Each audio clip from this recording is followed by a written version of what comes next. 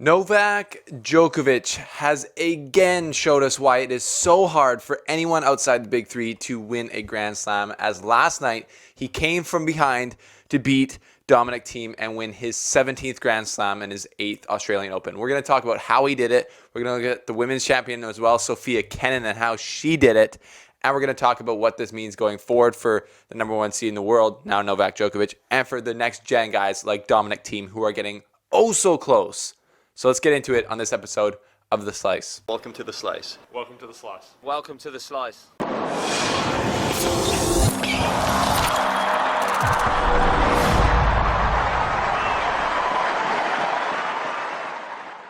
Well, folks, that was a heartbreaker last night if you're a team fan, and it was an epic match and an epic come-from-behind victory, and just a time for celebration if you're a Novak Djokovic fan.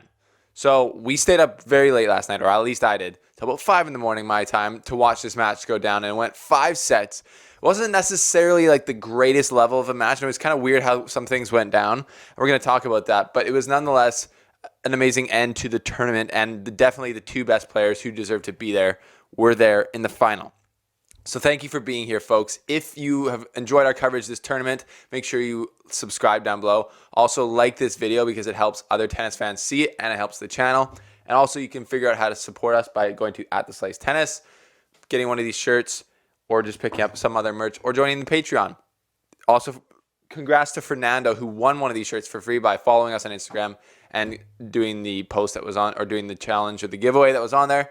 So again, thank you guys all for your support during the Australian Open. Literally, it's so much fun making content for you guys, talking about tennis in ways that aren't so on TV, not giving any takes. You know, some of you guys get upset if I give a take against your player, but the point of us doing this on YouTube and us not being on TV is that we can give a hot take, we can say what we want, and no one's going to get us in trouble other than hurt fans, which is, fair enough. Fair enough. And I want you guys to keep giving your opinions because I love it.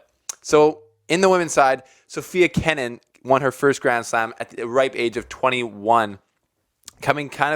She had a great year last year, but through this tournament, she had to beat some tough players like Coco Gauff, obviously another crazy upstart player. She beat Ash Barty, the number one, and she beat Garbiñe Muguruza in the final, who was a former world number one. So amazing performance by Sofia Kenin, making herself big time officially, and joining the ranks of other young players like Coco Gauff and like Bianca Andreescu, who are like presenting us with this next gen of female players who are hopefully going to take over and start making some crazy dynamics like we have in the men's game, where there's great players dominating at the top. We have missed that in the women's game for so long, but there's some super exciting players coming up like Gauff, Kenin, Barty as well, obviously the number one player in the world right now, and Bianca Andreescu, who I am excited for, who is going to come back off of injury and start dominating again. I'm sure the Canadian legend, best player in Canada. So congrats to Sofia Kenin. And also congrats to Novak Djokovic, who again reminded us why he is so good and so tough to beat and why he has 17 Grand Slams. Because last night, he started off well for him.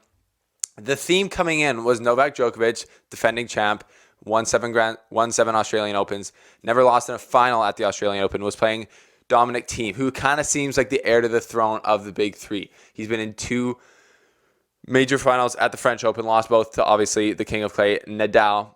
But in this tournament, he came through an excruciatingly hard draw to get here in the finals. He beat Nadal in an epic 4-set match. He beat Zverev in an epic match. And now he came to play Novak Djokovic, who had a much easier and spent 6 hours less time on court than Thiem had. And we're going to see if Thiem had any energy in the tank. Djokovic looked the fresher in the first set, won it. He was up I think he was up 2 breaks, and Thiem came back for 1 break and tied it all, and then Djokovic won it. But then in the second and third set, the tide completely changed.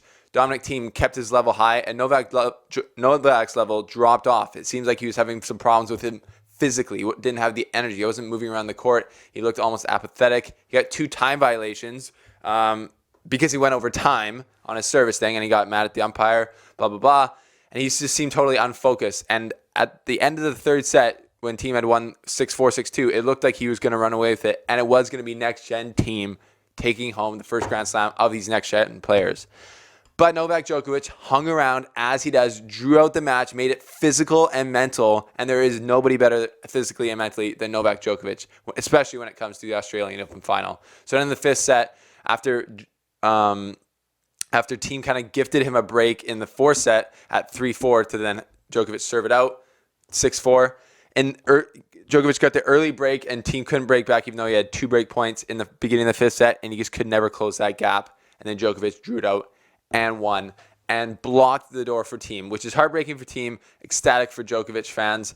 And Novak Djokovic will be back to number 1 now after this tournament and after his 8th Australian Open. So congrats to Djokovic. Fair play to him. Amazing tournament, being the best player at the tournament for sure, and slamming the door on the next gen once again. But for Thiem, I am proud of him. He's one of my favorite players. And at the beginning of the tournament, he was like going 5 sets against Alex Bolt, and we were like, I don't know how good he's going to do. He did great at the World Tour Finals, but he showed us he is a big-time fast court, hard court player now. Like coming through the draw, beating Monfils, Nadal, Zverev, just great, playing really good in those matches, obviously, playing huge. The most powerful player, like you got to see, the most powerful baseliner on tour now? I think so, for sure. And then giving it to Djokovic for the majority of this match and playing as the aggressor. He just did so many things right. And it's heartbreaking for him to lose that match because it was just a couple points. Could have gone either way for sure in that fifth set or in the fourth set, honestly. He dropped a bad game in there, and he just didn't come in clutch at a couple moments. He had one bad missed volley, and then it kind of lingered with him for a while, and I think helped Novak get the break at the beginning of the fifth set.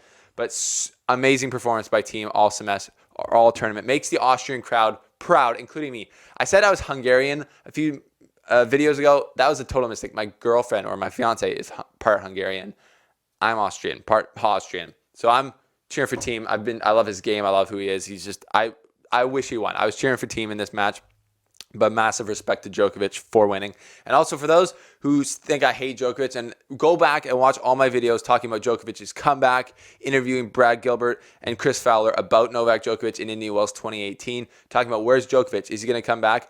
Obviously he is, because it's not physical. It's all mental at this point, and he's won so many slams. So go back and watch all the videos. I don't hate Djokovic's game. I don't hate him as a person. I just am not his biggest fan. So I'm allowed to be fans of players, and I'm a fan of Thiem. So I was rooting for him, but Djokovic closed the door again on the next gen, like I said, and like Dominic Thiem. But we're now heading into the Sunshine Double, where Team 1 is the defending champ at Indian Wells.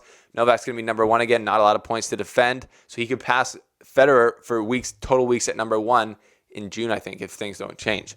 So very, big match results here. Thiem could have won his first slam. He didn't.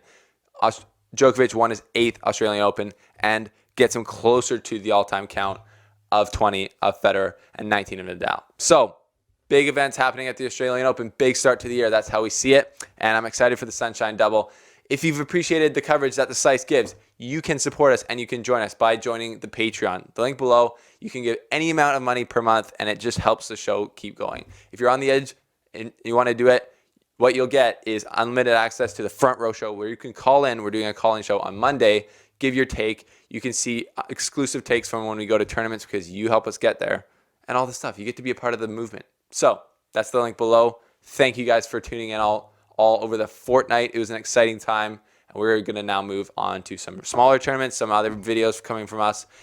Make sure you stay tuned to the website for articles breaking down this tournament and the podcast and the Instagram, all of it going on here at The Slice. Thank you guys so much for your support. We will see you soon.